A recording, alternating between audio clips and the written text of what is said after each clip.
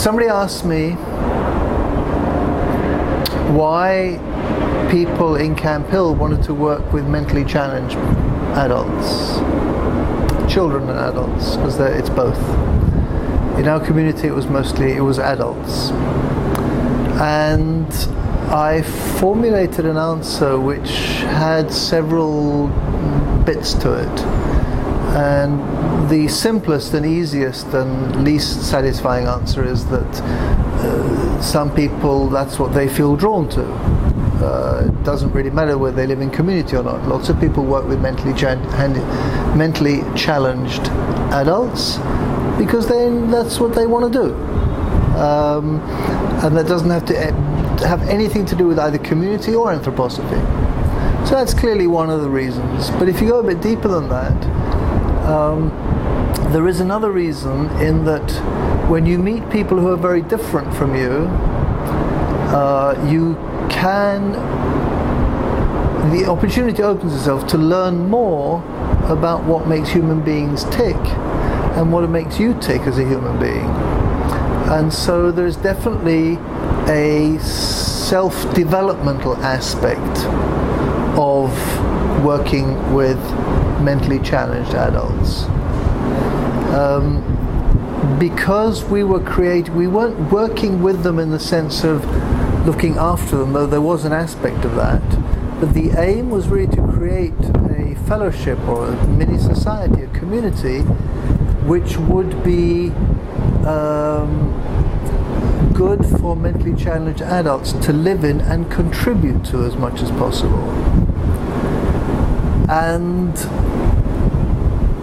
that would also give them a chance to develop themselves.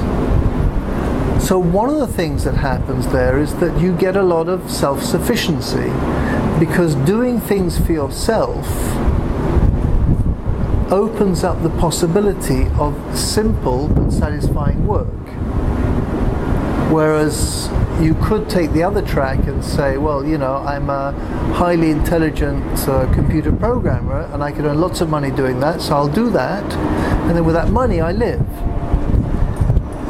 Which is clearly great if you're a highly talented computer programmer, but if you can't read and write, then you tend in the main society have a lower paying job that's probably less satisfying.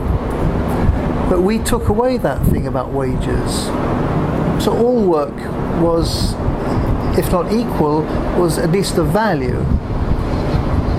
And so making bread and growing vegetables involves a lot of simple work, but the results of it are very visible because they sit on your table every day. And in fact, the self-satisfaction, or the satisfaction somebody gets from seeing the bread they baked on the table being enjoyed by other people, is not quite the same satisfaction as a computer programmer will get when he sees the money that he earned being used in the supermarket to buy bread to put on the table. It's not a comparable kind of experience. The self-sufficiency in Camp Hill is not an aim in itself, but it's something that I always thought was a good idea. But it was actually more developed than virtually any other place I've been.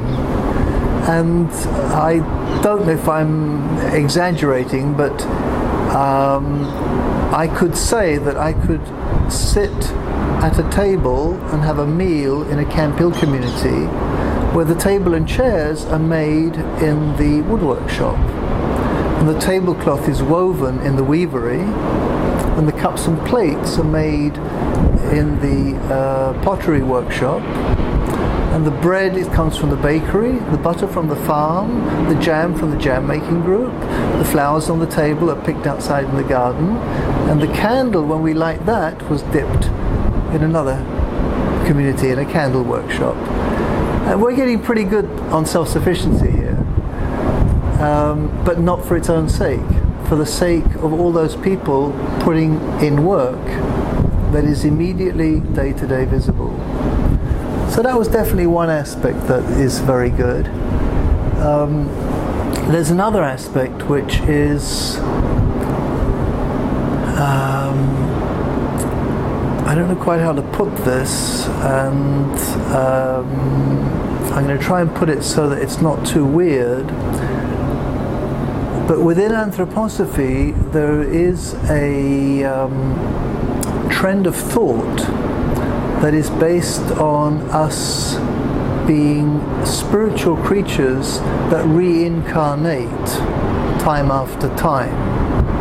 In the Western world, that's not so acceptable, but there are vast areas east of Adam where the idea of reincarnation is totally part of the culture. So it's not totally off the wall that some people think that reincarnation is one of the things that we have to deal with. Whether you believe it or not is not that important. The fact that people do believe in it is clear. And within anthroposophy, the thought is that we reincarnate in order to develop ourselves. And we develop ourselves, and many people see this, more in adversity than by easy living. Dealing with problems, generally speaking, is more of an aid to self-development than relaxing in front of television, for instance. And so the idea that you elect to come back in order to develop yourself, logically then results in, well, that might be the reason why people elect to come back as mentally challenged people.